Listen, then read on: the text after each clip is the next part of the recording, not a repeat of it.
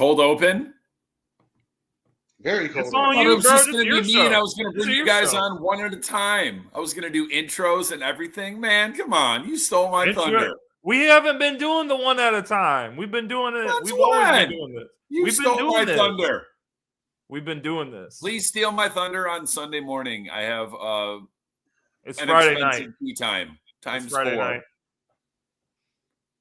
Anywho, it's Friday. It's 8 p.m. on the East Coast. It's the Gauntlet. It's also Cinco de Mayo. Where did Joe? What happened to Jose? It's Josue. Josue, you idiot. It's Josue. Bingo. Josue. Ho. I can't. It's We're never gonna Josue, be on TV. Holy bean dip. Oh my Lord! No, he's outside. He's got his Subway cup. It's Jose Jenkins. Yo, hold up. Welcome, No, you everyone. didn't go to Subway, Welcome. Josue. No, you didn't Oh, get you the Subway up. Yes, sir. Wow.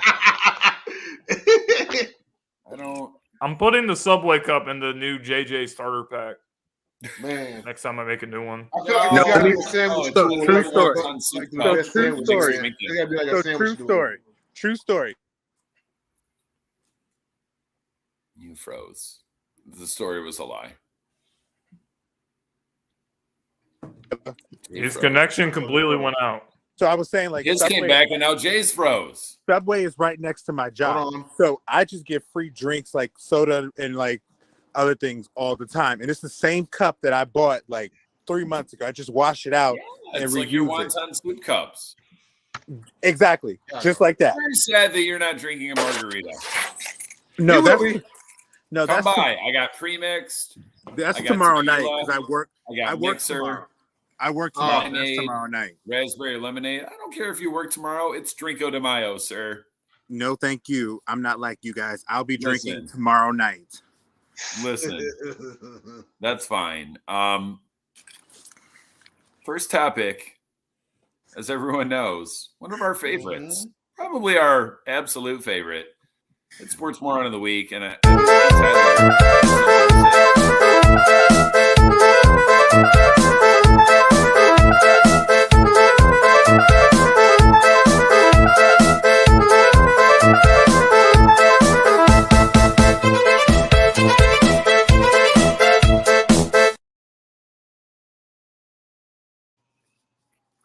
That wasn't Tyler, but that was funny. Yeah. It's the music, bro. It's the clown music that makes it, Yeah. makes it so much It better. was the fact that Dom said, and then next thing you know, it's you. Well, I thought Dom was finished talking, but he kept saying stuff when I started playing the music. Yo, Go but ahead, Dom. Anyway, go ahead. Sports Moron, I've got one. But Jose, you start. Oh, he's off camera. Josue. James, you still go clockwise. Man, you can't get it. Go ahead. Josue. Jaime.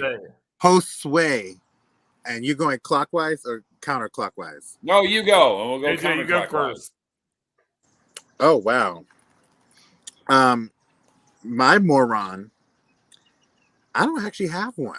You know, I Oh actually my really. Oh, that's Lord. disappointing. I know. So, You so guys the know leadoff me. hitter I'm Mr. strikes out on 3 pitches. I'm Mr. Nice person, always nice to people, always trying my best, but I don't really have a moron. Oh my Official gosh. timeout. Come Official on. timeout. Nice until you come for us, Hold on. Ravens. Hold on, official timeout. JJ, since you don't have a sports moron, can you please tell the people from the Gauntlet this story with Kevin Durant? Okay. So I, as everybody, I will tell it to my guys. I don't know if you guys know.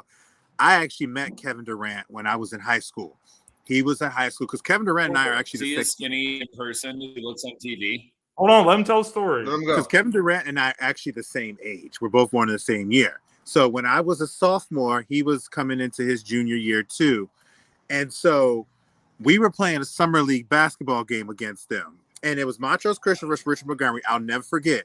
And we won the game, but he busted about 60 points on my brother, who was the main guy guarding him. So afterwards, I'm working the concession stands. I'm doing my thing and everything.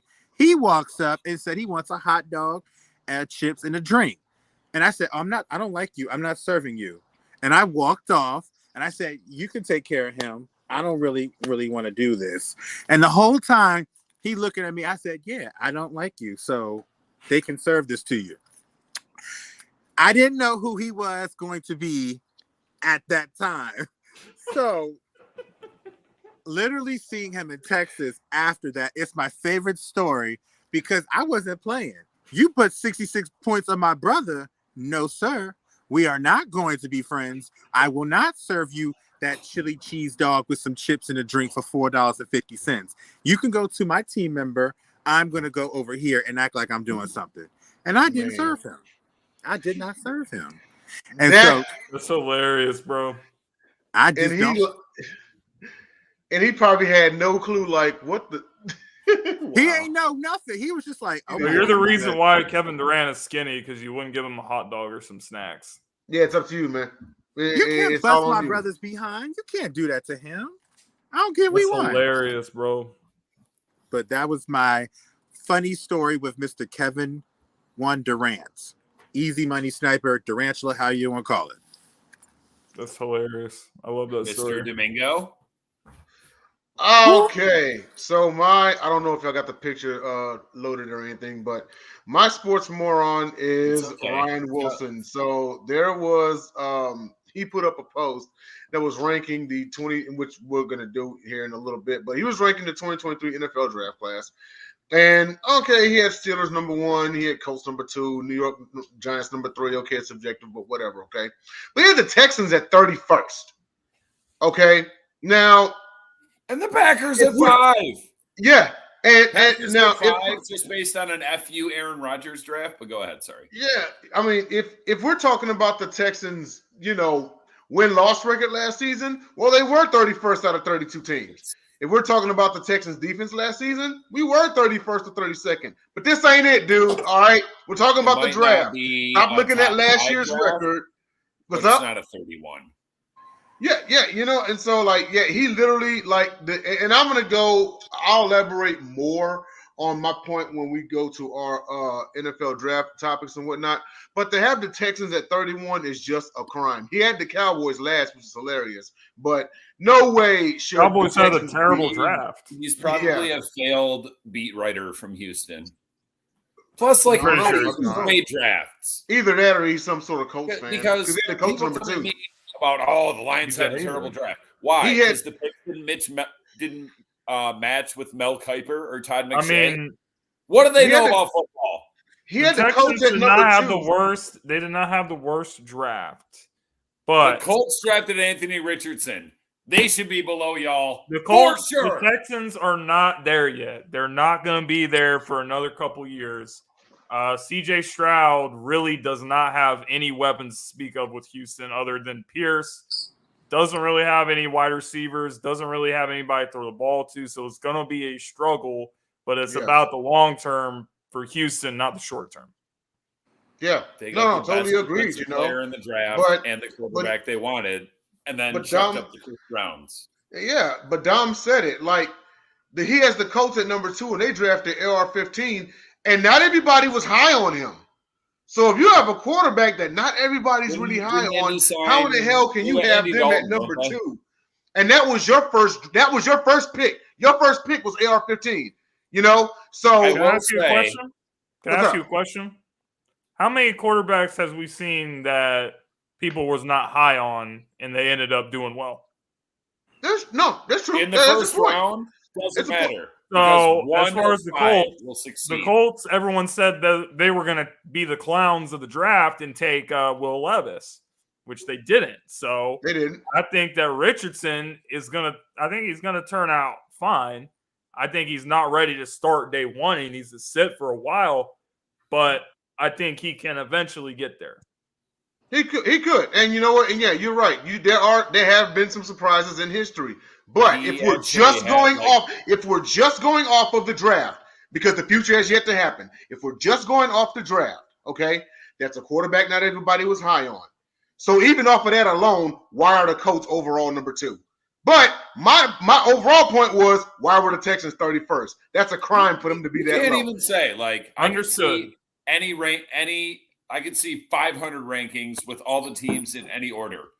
you can't rank that stuff because none of these guys have played a snap in the NFL. You can't rank a draft until you see those, because they pop up on the internet like redrafts, and they're never for less than we'll see what happens 2 years when the season before. starts, guys. Yeah, we'll see what happens. I'm good.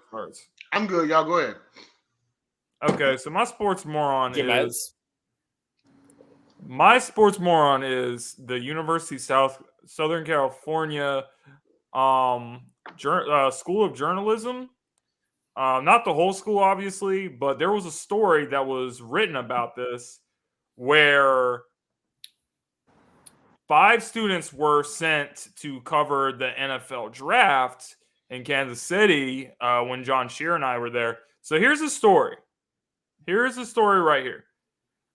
There were 2 men who were arrested last week on allegations that they stole jerseys from a restricted area at the NFL draft in Kansas City. They have been identified as students of the Southern California School of Journalism. Eric Lampkins and Jude Ocañas were arrested at the draft after accusations that they used their media credentials to gain access to the restricted areas. On Wednesday, the USC Annenberg Student Newsroom published a story that identified the 2 students as members of the journalism program. The student arrest took place while they were on the airplane awaiting their return trip. The report states that Kansas City police officers boarded the plane and detained them. Each man has since made bond and returned to campus, according to the school. But this is just bad. The crazy thing is, it's not just 2 kids. This is just bad because this is a stain on their career that isn't ever going to be able to be taken off. Any like media outlets that they try to work with is going to look back and say, you know, you literally went to the NFL draft and were stealing from the NFL.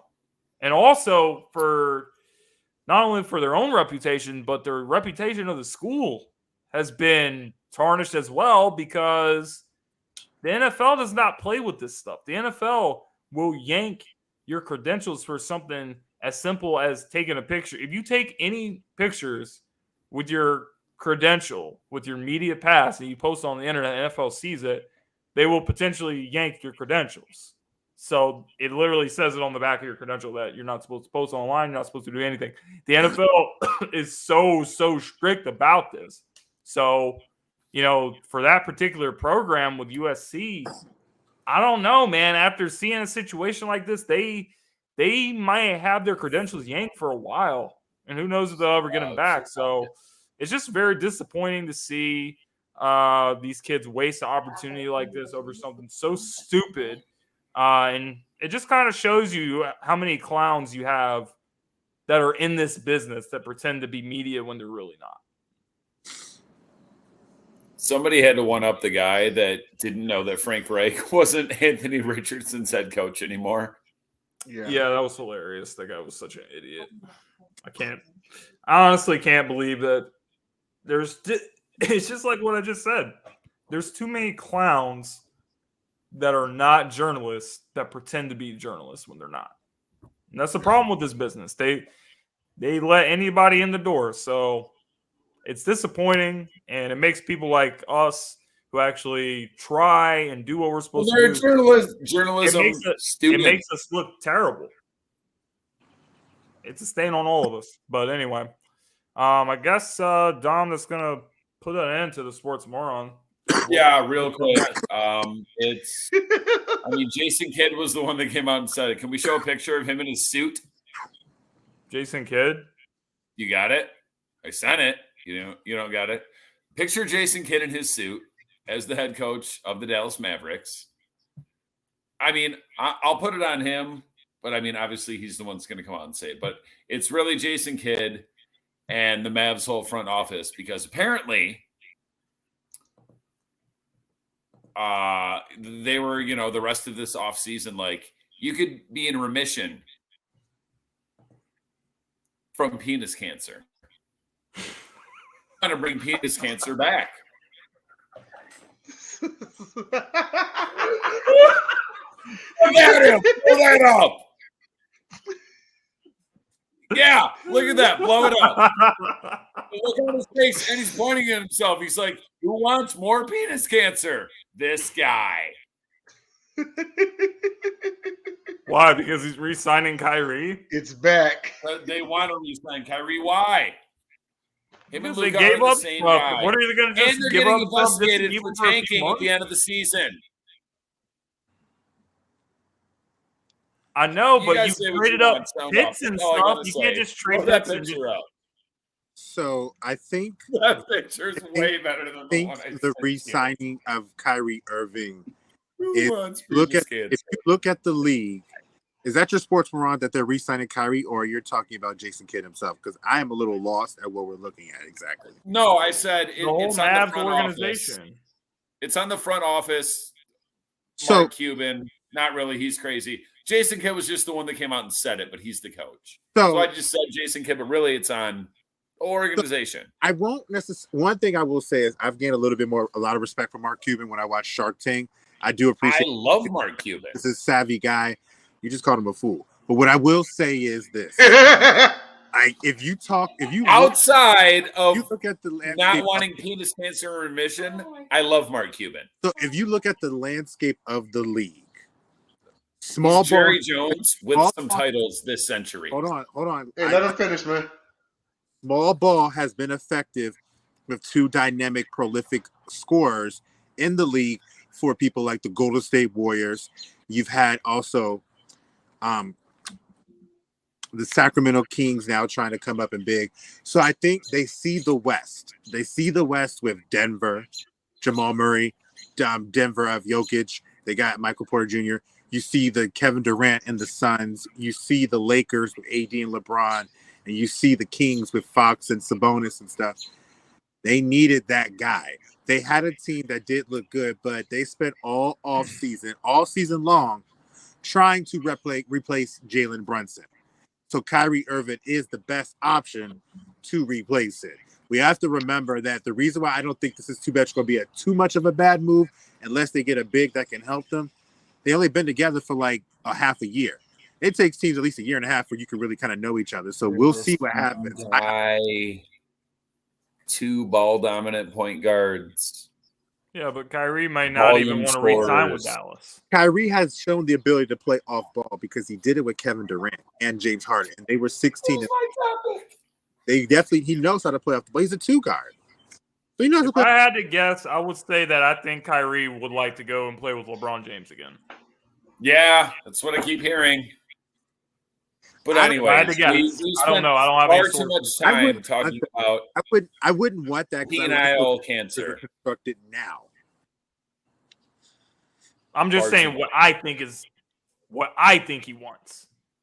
Oh, so, yeah, that's what I think. I want Kyrie Irving to fall off the edge of his flat Earth. But this is a football day. My bad. I went all into NBA. Yeah, but we talk about another sports on Sports Moron. That's what makes the show so interesting. But anyway, Dom, what were we doing? Player of the week is one Orenthal James Simpson. And prior to being a serial killer, you gonna post his mugshot? Why you pick this picture? Yes. No. Listen, real quick. Make this quick because I got some notes. But you listen. are petty. She is resting in. No, she's not resting in paradise. Never mind. I don't know. Anyways, before OJ killed his wife and boyfriend, bloody glove, all that. Absolutely one hell of a player at USC. In 24 games, 3,423 rushing yards, 36 touchdowns. He was the first overall pick in the 1969 draft. Hall of Famer, all 1970s Hall of Fame team, 6-time Pro Bowl, 5-time All-Pro, 1973 AP MVP, and was the first 2,000-yard rusher in 1973, 2,003 yards in 14 games. And despite what we said backstage, no one else has 2,000 yards in 14 games. There's Boom. only what? 5 guys? Did we get to that? Did we miss any? Real quick. OJ, Dickerson, Barry, AP, Chris Johnson, Jamal Lewis. Derrick right? Henry. Derrick Henry. Derrick Henry. LT never had 2000? Huh? LT. Did he never have 2,000? No, he doesn't have a 2,000-yard season, does he? Sure He had about 18. that? I'm not I'm gonna check that. But positive. you keep going. He doesn't. No. He never had a 'Cause 2,000. I'm sure he had like an 1,800-yard season. And I he want also to had. say he got like 19 or something. No, he has. Yeah, he close. has the touchdown record. He does not have the 2,000. He's only Yeah, had he 18. scored 26 touchdowns in one season. He didn't hit 2,000. He broke the Priest Holmes record. But Which was whoever set- wants to go, and then you guys figure it out. Tell me about. Sean Alexander, I believe, broke the Priest Holmes record, and then LT broke. You're right, Madden curse. You're right. But okay, well, tell me about Orenthal, JJ. You're right. LT closest he got was 18-15. Mr. OJ. But how many receiving yards did he have that year? Like 1,000, almost 1,000, like 700 or 800. LT almost had like 700, 800. A lot. He had the He most. almost hit 1,000. Hold on. We're not talking about LT. We're talking about Orenthal James Simpson. So tell me, anyway. tell me Yeah, everything go ahead. you know Go ahead. about OJ. JJ. One of the most controversial players of that generation. You know, he was a bruiser of a running back. He wasn't the best receiver, but he was the bruiser of a running back to the point which was fit in that era.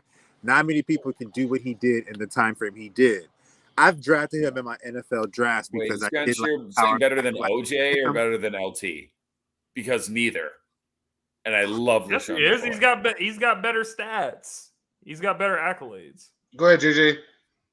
I was okay, but OJ was a person that a lot of people got rubbed the wrong way because even during his trial, he was acting unbothered by it, and that rubbed a lot of people the wrong way because he was at the height of his career. But OJ did it. I said Cedric the Entertainer referencing the barbershop. You have no proof. True. And I'm just joking around with that because I really honestly don't know. And I would hate to kind of assume something like that, especially on this platform. But OJ was an excellent running back. No one's watching. Very good. We can get him one of the few players that can do 2,000 yards in a season. He was a man. He was definitely on the Walter Payton, Eric, LT, Jim at the height of his career. He was found not guilty. And found guilty in the civil trial, and the family has none of that money. And then he got arrested for trying to steal back his own memorabilia. And you're wearing a black glove. You didn't see it. Go back and watch. You didn't see me put it on. No, I actually didn't. It fits my hand. I was hoping it was a small one so I could like rip it. Why are you wearing a glove? Oh, are you doing an OJ? The glove. Don't you get it? The glove doesn't fit him. Hold your hand up, Dom. It does.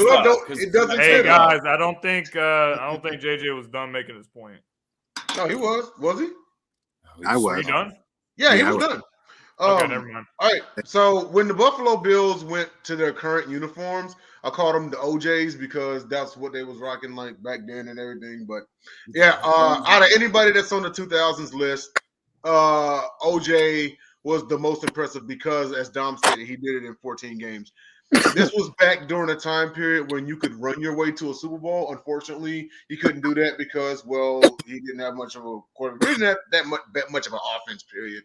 You know, the featured guy was OJ. The guy was OJ, you know. At USC, he's amazing. You know, joining guys like Marcus Allen, Reggie Bush, you know, everybody else that came through there and pretty much killed the game collecting Heisman trophies like action figures. But of course, everybody, you know, remembers him. And it's crazy because, you know, when he retired, he kind of did the NBC commentating thing. He started in, he was in Naked Airplane. Gun, like, wasn't he? Oh, he was in Airplane. And what he in Naked Gun also? The Naked Gun. Naked Gun, sure was, yeah. So he did the acting thing and the commentating thing. He was great. And I remember growing up, you know, like when the whole thing started, Mom was all like, what would he do? So he has so much to lose. He's making like millions of dollars doing a 33-second like Hertz commercial. Everyone remembers him. He's running down the airport terminal and he hits a hurdle over the turnstile. And, but yeah, they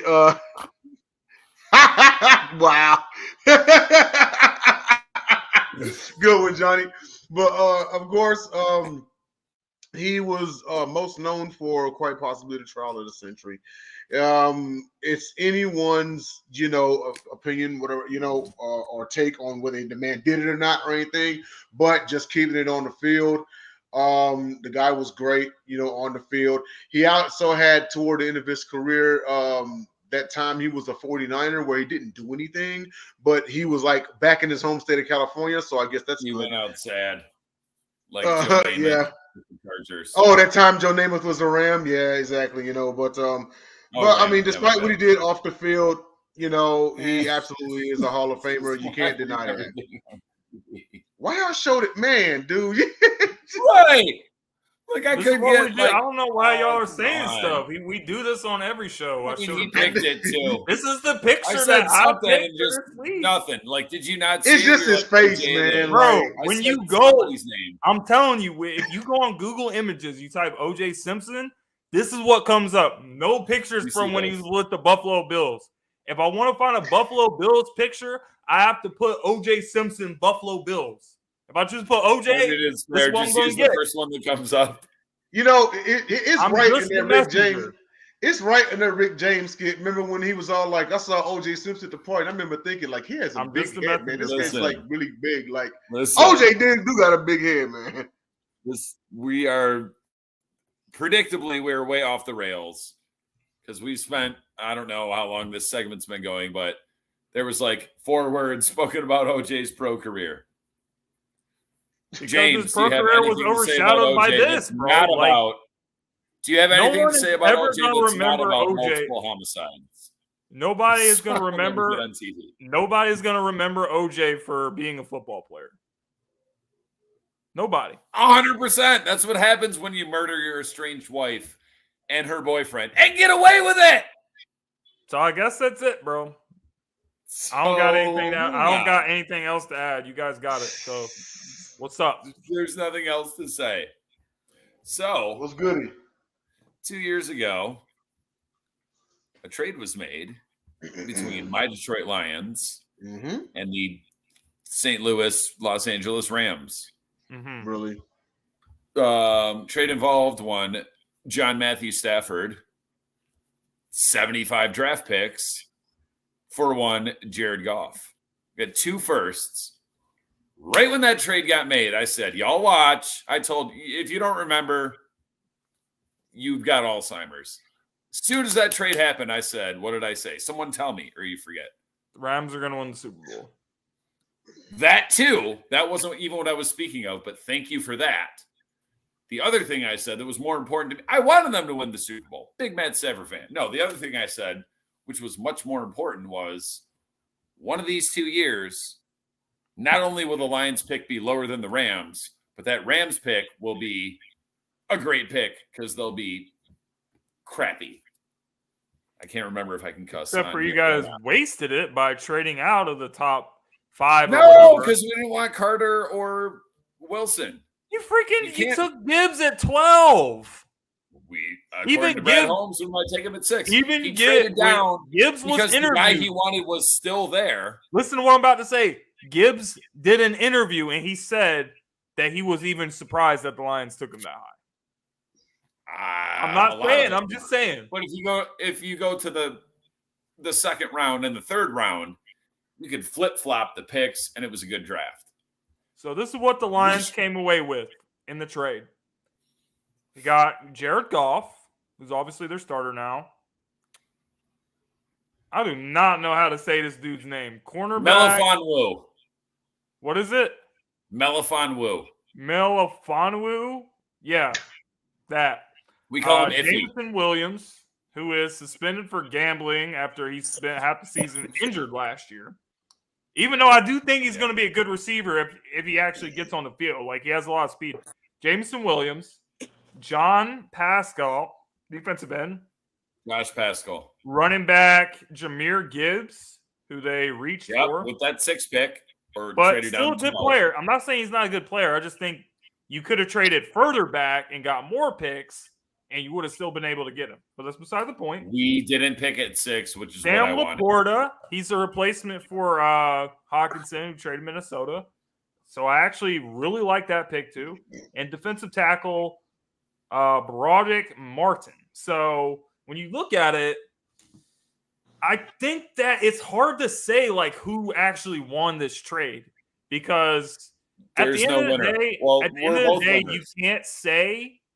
you can't say that the Rams didn't win because they got a Super Bowl out. They won a Super Bowl. They may have sold their souls for a Super Bowl. They may be trash. I would.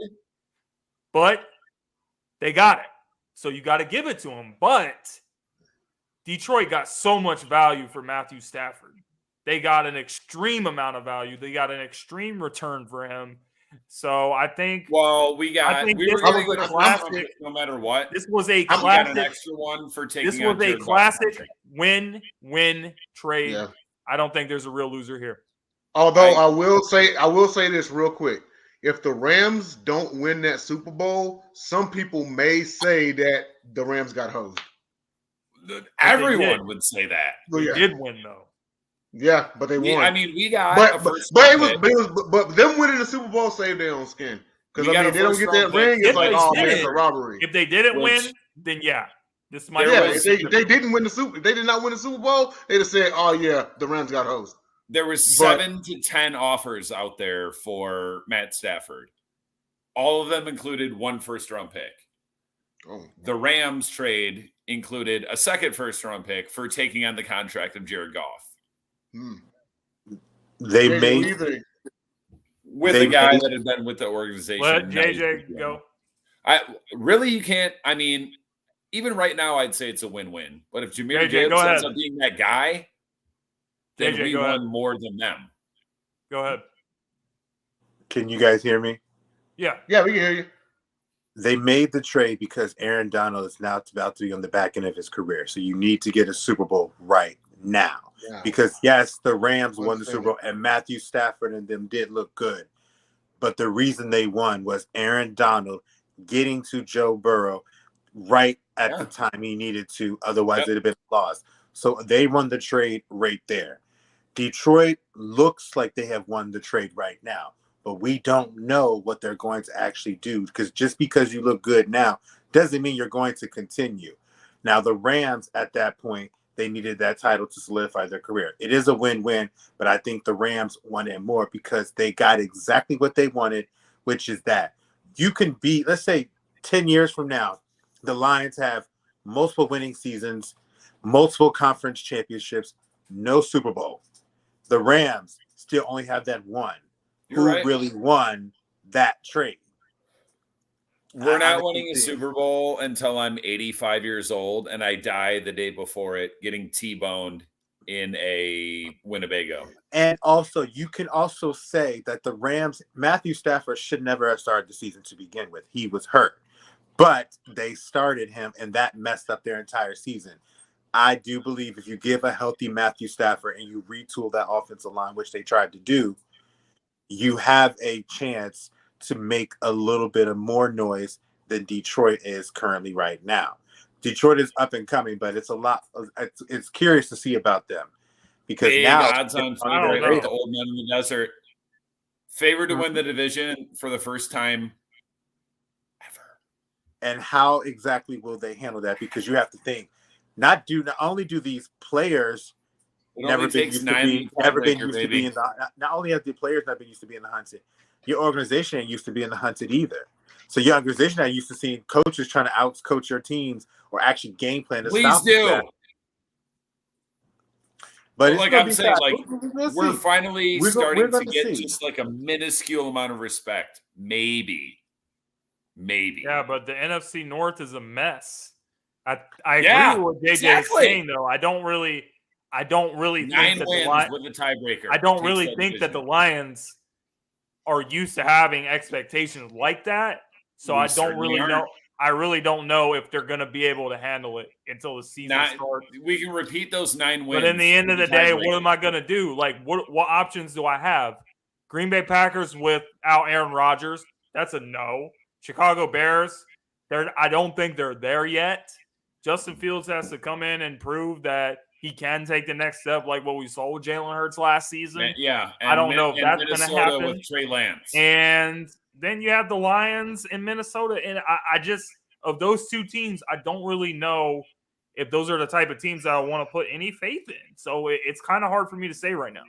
It's very realistic that the NFC North could be what the NFC South was last season. 9 wins with a tiebreaker. I think the NFC South is still going to be trash this season. It's still going to be trash, but the NFC North may be just as bad. I just don't know which of the two is worse. Like the 2 wild card teams will probably have more wins than the NFC North and NFC South division winners. I think the North winners is going to have terrible. Well, now that you guys have said this, and I love that my division's terrible. I want to reference to something James said. I think the curious team is the Chicago Bears because, yes, you have to see a lot about from Justin Fields. But towards the end of the season, he was kind of in a groove. And for a guy at his age at that point, if he can get himself up to just giving them like maybe over 200 passing yards a game at that point, because clearly he won 3 games. What kind of groove was he in? That's not going to last. I think Frank is saying that because he doesn't want to put all this pressure on Bryce Young. But come on, bro. You draft Bryce Young for a reason. And we've seen what Andy Dalton has done in the starting role the last couple seasons. The year that Dak had the ankle injury is with the Cowboys. Didn't play well. Didn't play well with the Saints last year. I think we know what's going to happen with that situation. Well, they don't have an offensive line. Well, they have weapons. It's they okay. Actually, unlike the Houston Texans, they actually have somewhat of some if weapons. Carolina's roster was as good as they think they have it is. DJ Chark. They have they picked up Adam Thielen. They got Miles Sanders. I don't think Houston. That's why I think if I had to say who's going to have a better season between Bryce or CJ, I'm going with Bryce because Bryce actually has weapons. CJ has nothing other than Pierce. Nico Collins. He does not have any weapons, man. He doesn't have anything. So it's kind of tough, but I would have to Collins might be your WR1. He's tall. I don't even know. The Panthers' best wide receivers probably didn't sound off about this. I think we all did. It's probably going to be Chark. But yeah, go ahead. For 3 games, and then he's hurt talking about the for draft. 6. Boom. Draft time? Draft time. Denzel, you start because I know you have something to say about this. I said half of it already. So I had a top 5. I'll go real quick, man. I had a top 5, and I'll just go from 5 to 1, and then I'll give a little 1-minute soliloquy on Houston. But Chicago, I gave a B-. They got an offensive tackle. I was happy about that. It's time to give Justin Fields a little help on the O-line. They got a defensive tackle in Javon Dexter. They got a running back in Roshan Johnson out of Texas, who I really like as a Longhorns fan. And they got Fields a weapon in Tyler Scott out of Cincinnati. How he will fare out, nobody knows. Then again, nobody knows how anyone's going to turn out, but whatever. Okay, Chargers, I gave a B-. They gave Herbert more weapons, namely 2 wide receivers. They seemingly love TCU in this draft. They got 2 receivers out of TCU, Quentin Johnson, who's actually really good, and they got Darius Davis. That's right. They added to the defense and linebacker Tuli Tuiopolotu. I hope I said that right. And then, but I don't get the Max Duggan pick. I know he's the Heisman runner-up, but he's not going to play. Whatever. Okay, and then Carolina, I gave a B+. They added a weapon in Jonathan Mingo. They added an edge rush, which was really great. And, of course, they got Bryce Young. Philly, I give it A-. They addressed the defense thoroughly, which I loved. They got Jalen Carter. They got Nolan Smith, the edge rush out of Bama. They got a defensive back and a cornerback as well. And they got another bull on the front line to protect Jalen Hurts. Houston, of course, I got to pull my own leg and give it A. Now, let me just put something out there to everybody, okay? Because the Houston Texans front office fooled everybody, including Texans fans. So, there was talk, before the draft, they're talking about moving the number 2 pick. Oh, now they're talking about moving the number 12 pick, and they might go defense with the number 2 pick. They might not even take the a quarterback at all. And not only did they take the quarterback of the future, they moved up 12 to number 3. The next pick they took, who some people consider the best player in the draft. State quarterback. They got wide receiver Tank Dell out of Houston. It's anybody's guess how he's gonna fare out. He's staying in Houston. And that's about all I got right there. Go ahead, JJ, or whoever's going next. Oh, y'all go ahead. Yeah. Oh, so what you're saying is you're not prepared. No, I'm not saying I'm not prepared. I'm just saying I think my obvious answer really is the Philadelphia Eagles on this one, because they're saying, like, basically I need to make sure. Kirk doesn't think so, but then he did. Ready? Well, trying to move off, but I fell. They want to beat the Patrick Mahomes, the Joe Burrows, the teams that need to the AFC. They got to get to the quarterbacks. I think they had a great draft. I do think an underrated draft would have been the Seattle Seahawks, because they forming a Legion of Boom. They know it's to stop teams, especially in the league that they're playing. They got to be able to cover. And, Tariq Woolen was somebody they got in the second, like the 7th round or 6th round, I believe. So they got a nice guy for that one. I actually am very interested to see Anthony Richardson with the Colts, because when you live in this league right now, which is basically fit for guys with his skill set, you don't know what you're going to get from him. But if you want to have a guy to have a little bit of a chance to succeed, you want to put him on a team that has a good defense and a good, solid running game. Indianapolis has that. So I was going to say that earlier. It really is an ideal situation for him. Michael Pittman's not a bad wide receiver. Jonathan Taylor can carry the load. Right. With his potential that he has, there is a chance that they can slowly but surely work him in. The league is turning clearly into guys of his skill set. And he got really drafted, honestly, because it goes back to when Lamar got drafted, Deshaun Watson got drafted. Then you got Jalen Hurts that had his string. He was coming off. They're seeing the trend with these guys coming into the league. So teams are going to definitely do what they need to give this guy the best chance to succeed. And I like their chance with him. He's got a great offensive line to be protecting him. So I think that they were. Yeah, and another thing you got to bring up, JJ, is also the fact that who is the Indianapolis Colts head coach? And no, it's not Frank Reich. It's Shane Frank Steichen. Reich. And Shane Steichen Reich. worked with Jalen Hurts. And I think that has a lot to do with why he wanted a guy like Anthony Richardson that has a skill set like that. But it's a very interesting take. But the obvious answer is the Philadelphia Eagles. If you look at who they lost and who they added, you lose Javon Hargrave that had 10 sacks last year, that goes to the 49ers and signs a big contract with them. You get Jalen Carter that falls to you with the 9th pick when he had off-the-field issues. But prior to that, this guy was looked at as top 5 talent in the draft. And he falls right to you. You move up one spot from 10 to 9, you go get Carter. And then you got Nolan Smith, who is an edge rusher that's coming into a great situation where, he doesn't really have to be the guy. He can sit back and develop his skills. You have Hassan Reddick in the house. You have Brandon Graham in the house. So this he's going to get some playing time still, but he's in a great situation, man. And the Eagles are just adding to one of their strengths. So it's kind of like the rich get richer in that regard. So the Eagles did a phenomenal job with the draft. I also think Seattle did a great job. You get Smith and then Jigba, the guy from Ohio State.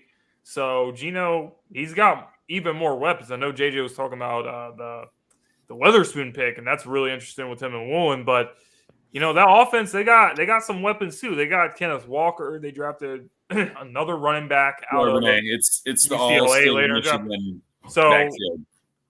They didn't. Seattle did not draft a quarterback in this draft, which a lot of people expected them to. So I thought I thought that Richardson to Seattle was a strong possibility, but it didn't happen. So they're just kind of like, look, we got Geno. We're going to ride with him for a couple more years. And they're adding more weapons. They're adding more paces to defense, too. So, I think San Francisco is still the favorites in the NFC West. But Seattle, I think they're right there, and I think they can give them a run for their money. I don't know why people thought they drafted a quarterback. They literally just paid Geno that because money. It makes a ton of sense for them to take a quarterback. Yeah. You don't sign Geno Smith to a 5. You don't sign Geno Smith to a 5 or 6 year deal. You only sign him to like a 3-year deal. So it's kind of understood that he is a bridge quarterback. So you bring in a guy that's going to sit for the 3 years behind Geno. They didn't love any of those quarterbacks either. Geno exits stage left, then you have your guy in the wings. But it looks like Seattle's going to look to do that probably next season. I was just looking at it as why pay him that? Why pay him that money and then you go and draft a dude that? But no, I see what y'all are saying. I can see it either way, I guess. Aaron Rodgers was drafted in the first round. He sat for the first 4 or 5 years of his career behind Brett Favre. He sat for the first 3 years, but he sat for the first Patrick 3 years. Mahomes, But first round pick. Patrick Mahomes, first round pick, sat behind. And now it's Jordan Love. Just because you draft a guy and don't start him from day one doesn't mean it's a waste of a pick. Those are it doesn't mean it's a waste of a pick. I'm just talking about how nowadays, because Rodgers sat for 3 years. Nowadays, ever sat. Yeah. Yeah, you're right. He said terrible idea. It's just nowadays, and this is more on everybody else. They're so quick to rush a quarterback. In theory, you all are right. Right. But now everyone's so quick to rush a quarterback out there. We know how the fans can get. You've heard me and Jacob go off about this. It's a terrible idea. Does it get practice? Absolutely, it does. They rush too much. That's just today's game. And they rush too much. And it's a terrible idea. They get thrown in the fire. It's a coin flip if they even get successful or not. If you pick that high, if you're picking in the top 10, your O-line is trash. Your defense is trash. Your team is and trash. You're just going to get your quarterback killed. Yeah. That's why 80% of all first-round quarterbacks fail. Yeah. But long one story of them short, is a 7-year-ish starter. The second long story short, contract Seattle as a backup. The other 3 wash out. Long story Moving short, along. Long story short, Seattle's going in the right direction. Moving along. Which rookie quarterback? Oh, what? Come on. Oh, which rookie? Oh, I forgot about that. We got to be quick. We got to leave at least 5 minutes for non-sports. Yeah. Okay. Which rookie quarterback will have the best rookie season? Jameis, you're not even that much better of a producer than Kirk. I'm very experienced at this stuff. Don't try to hate on me. Where's my topic? You should be worried about hosting. I'm going Tyrese when I saw him. Somebody's you should be worried about hosting and making your point. So why don't you tell us who's going to have the best rookie season, sir? Me first? Damn it, I don't want to go first. Okay, well, let's think about it. Honestly, I mean, okay, so we're talking about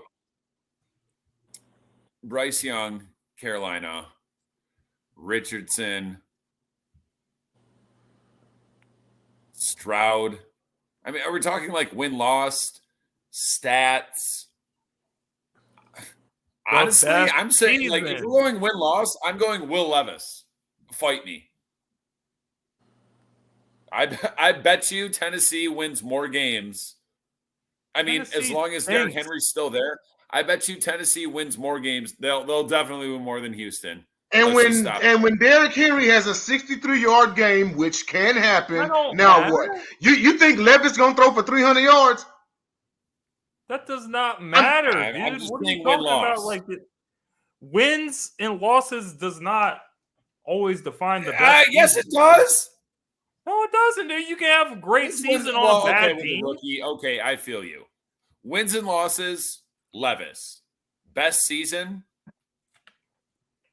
Bryce Young, I guess. Not Stroud, not Richardson. I'm going with Bryce. Bryce has the best situation. He has the best weapons. He has Frank Reich, who's an experienced coach. He knows how to work with quarterbacks. He's been working with quarterbacks, coaching quarterbacks for a very long time. I just think when I look at some of the other guys, more specifically CJ, Houston, they just don't have any weapons over there. They have Nico Collins. You can't really name any of their guys. They don't have any guys that at least Carolina has guys that we have at least heard of. We've heard of DJ Chark, who's a big receiver to make tough catches. Yeah, 3 games at a time. Carolina went Joey Harrington and we drafted him. Like, they draft a quarterback, but they're like, oh, let's trade away our best receiver, our only good receiver, because that works out well. But anyway, that's my pick, Bryce. 100%. JJ? I'm going to go Anthony Richardson because I actually think he has the best situation in terms of he has a top 5 running back who we can rely on.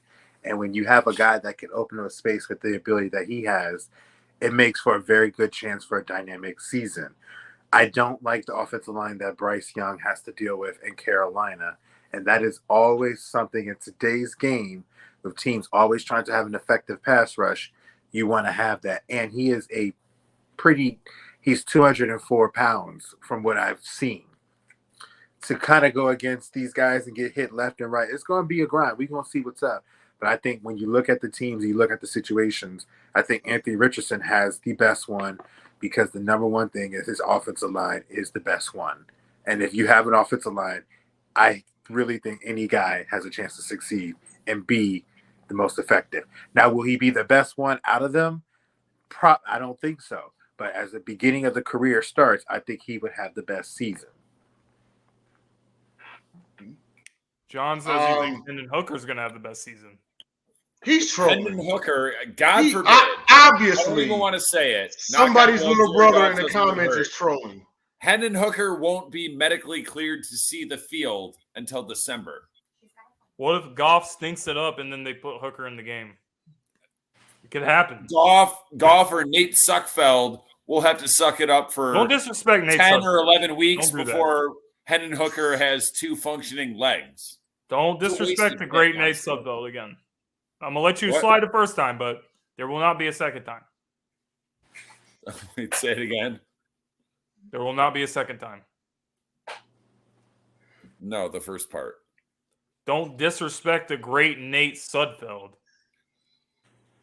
Don't. Anyway. Do something. It's not in there because it's out of my pocket. Anyway, yeah, I'm going to have to go with Bryce on this one. I'll be realistic. Carolina's building over there, and he actually has a way better situation. Yes, his offensive line is suspect, but he is a scrambler. He can get himself out of the pocket and still make the throws. The only thing that I see him really slowing him down in that division is the Saints defense, but I think he'll do just fine. Next after that, I would say now see Stroud's going to be good. Stroud's going to show flashes, but again, he has to have weapons. All he's got is Pierce. I mean, they drafted Tank Dell, and it's anybody's guess how he's going to turn out. He was a lower draft pick. Nobody was really checking for him, but I mean, Houston had to get more receivers. Then Nico Collins is with us as well. Also, let's see, and Richardson. If Richardson gets thrown in there, yes, I can see them riding the back of Jonathan Taylor. The question is if Taylor gets stopped, then what's he going to do? He's going to have to kind of go off script a little bit on some of those plays. I think that we got a Ben Simmons mentioned in the comment. But in that order, I'll say Young, then Stroud, then Richardson. Will Levis is anybody's guess. Depends on if Derrick Henry's healthy or not, or if Tannehill even wants his damn job. That's facts. It's now, CJ time Stroud. for the moment we've been waiting for. He's an Ohio State quarterback. He has no O-line and no weapons. It's obviously CJ Stroud. Low key, not even high key rooting for CJ Stroud, Jay. Did you guys see there was There was a person at the draft that had a CJ Stroud like a Panthers jersey. Yeah, you shared that in the group chat. That was wow. You know that's in line with the how that'd be like if I was to get a tattoo that says Texans 2024 Super Bowl champions. Like it'd be like that, you know. My favorite are the Chicago Patrick Mahomes jerseys. Oh yeah, I've seen That's those. awesome. Non-sports topic. All right. What is your favorite trilogy of all time? I'm glad we might have to run shortly over. We needed more than 5 minutes for this because like I read it and then I thought about it and then I thought instantly of one of my favorites, but then I thought about 5 more. But whoever wants to start, James. I'm gonna go with Rush Hour for mine. I love Rush Hour. Can I mute you? I'm hosting. Mute yourself. Rush Hour? Yeah. Why are you gonna disrespect the greatest action/comedy in the history, bro? These guys, Chris Tucker. I always forget how young you are. Chris Tucker and Jackie Chan has such a great dynamic and chemistry with each other in those films. There's obvious like that they got along with each other so well. And I can't forget about the greatest scene of all the time when they were at the casino and the guy was giving Chris Tucker the wrong chips and he said, I have a dream that black people and white people and even Chinese people can gamble with each other with the same $5,000 chips. And then he got him the other kind of chips. And then when he was shooting craps, he was like, this 7 I'm about to roll was for all the years they put Nelson Mandela in the prison. This is for Mandela. I love that. Just gets me hyped. I can't say it's the best, but like you sold me on the Rush Hour trilogy. I actually just watched the first one last week and I was dying. Saw it in the theater. The first one, it's a solid entry. Jay? Then why did you just tell me it was trash a few seconds ago? You sold me. Kirk's not here. Somebody's got a moonwalk. Because Doc boom, roasted. Even though it's not even though it's you better come correct. Okay. Even though it's technically no longer a trilogy, and since it has not become a trilogy, I haven't found one to take its place since. But I'm just gonna say it anyway, and that was Die Hard, unquestionably. The first one is a classic, which is a movie, a Christmas movie to everybody at home. And so this holiday season, it better be in your deck. You better stream it. Stopped at 3. I don't care if you get a bootleg or whatever. Die Hard 2, Die Hard 3, but also just the storyline in general, especially the connection between 1 and 3, because the two villains were brothers. And also, it's crazy because they were billed as terrorists, but they were really just high dollar thieves. Like that's so funny because they don't really fit the definition of terrorism. Die Hard 2, absolutely, those were terrorists, and it was the fact that they were like corrupt military, which was awesome. Got in Flint. Oh yeah, and in one of the most infamous scenes in 2 when when Detective McClane was James from Good Times. Yes, John Amos. And probably my favorite scene out of the part 2 was when Detective McClane ejects out of the ejection seat to escape the exploding plane. That was awesome. Actually, one of my favorite scenes of all time in movie history. But that's my you take that comment down. We're not listening to people's little brothers in the comments. You're not gonna come on here and say that it's not a Christmas movie. Not now, not ever. It took place on Christmas Eve. He also thinks Peeps is the best candy. Let that sink in. Peach? Peeps. I don't think he actually believes that. He's just trying to troll. He's trolling you guys. Go ahead, JJ. I've never met John Shearer, and now I don't want to. You don't mean that. I do. He's an amazing guy. Go ahead, JJ. Peeps say otherwise. Peeps. Honestly, my memory's kind of shot on this a little bit because I'm not sure if there was more, but I feel like there was. But I like Lethal Weapon. I like Lethal. I like Lethal Weapon 1, 2, and 3. Yes. I like that dynamic between Mel Gibson and Danny Glover, and those were movies I remember watching with my dad as a kid, just like Die Hard as well. So like, I love Lethal Weapon. I loved when they fought Jet Li. I loved when they fought 3. Jet Li, because to me, Jet Li was my favorite outside of Bruce Lee growing up, and like to see him, be that guy. I love Lethal Weapon. They were funny. Them dudes was hilarious, and it's just everything about it, just everything about them and how close they were between their families, loving each other, and everything that was going on. I like Lethal Weapon, and I will say, honorable mention before they got carried away again. Well, a little bit was Scream 1, 2, and 3. Those were my favorite as well. I like the Screams because that's actually the first time I really remember a blockbuster movie being so crazy was Scream 1. And then here you got 1, 2, and 3. But now we on 6. The one with the young broad from the whatever shot that one town over in almost the whole movie in Northville, like one town over from me. Wow. I'm so proud of y'all. Wow, because kind of impressive. neither one of those 3 were at all on my radar, but they are all very, I don't have the word, worthy entries. So now I can say Godfather, Star Wars 4, 5, and 6.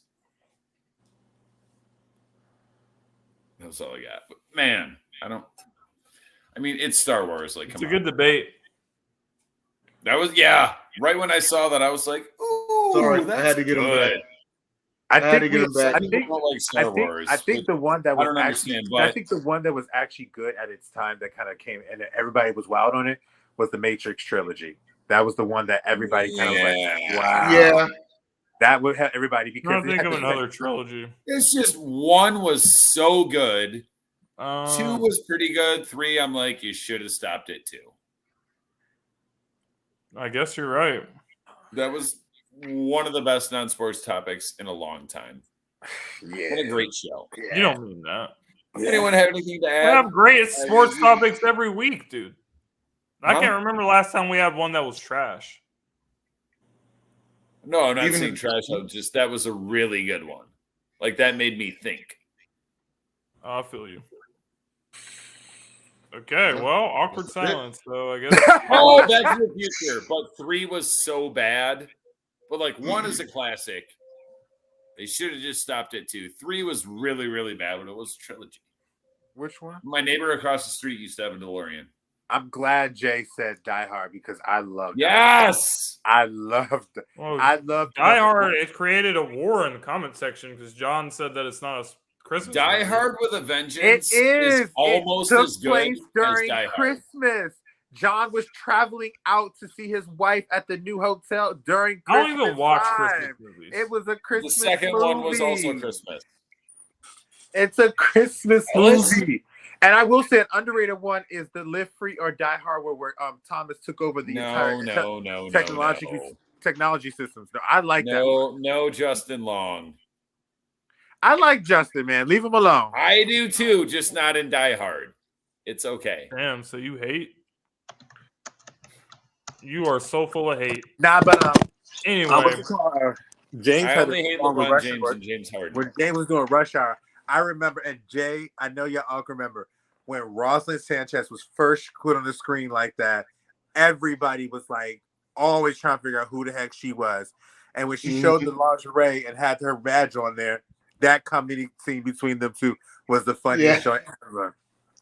Sneaking on her, trying to figure out what she doing. Chris Tucker killed me. He kills me.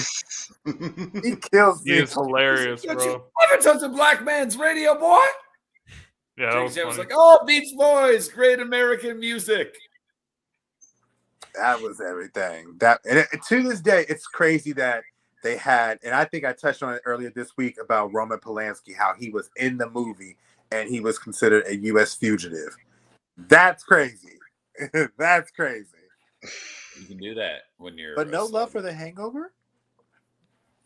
No.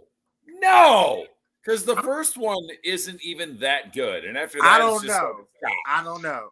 I still think it's kind of funny. I just don't think it's considered to be one of the greatest. It's not in the upper echelon. No, No, not at all. John said And he's going to Ocean series with George Clooney. And before they started adding all these other ones, that's legit. But I mean, star power guarantees that with the Oceans movies. But they were good movies. Yeah. That's it. We're 5 minutes and 38 seconds over. Anyone got anything to add? People we want to shout out? Thank you, Maddox. I want to welcome Will, another Will, to the Sideline Sports team. He's going to be working with us, doing some social media stuff for Sideline Sports. So let's all give a warm welcome to Will. Welcome, Will. All right, I mean, that's pretty much all I got to say, though. Okay. That's it. We're good. I ain't got no shout outs. I'll talk to y'all later.